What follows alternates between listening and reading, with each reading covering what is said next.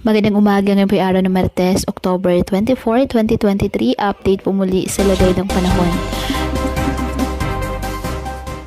Northeast monsoon o amihan nakaka-apekto pa rin sa Northern Luzon ayon sa Pag-asa. Shear line naman ang nakaka-apekto sa eastern section ng Central at Southern Luzon. Wala naman po tayong bagyo o low pressure area na minomonitor ngayon sa loob po ng ating PAR na maaaring maka-apekto sa ating bansa. Samantala, ngayong araw, dahil po sa shear line, ang Metro Manila, Central Luzon, Calabarzon, Bicol Region, Mainland Cagayan, Isabela, Quirino at Nueva Vizcaya, asahan na maulap na halangitan na may kalat-kalat na pag-ulan at thunderstorms. Ang Batanes at Babuyan Islands, apektado po ng amihan, kaya asahan po ang maulap na halangitan na may mga pag-ulan. Ang Cordillera Administrative Region at Ilocos Region, apektado din po ng hanging amihan. At ang nalalabing bahagi ng ating bansa, apektado po ng mga localized thunderstorms, kaya asahan pa din po ang bahagyang maulap hanggang sa maulap na halangitan with isolated rain showers or thunderstorms.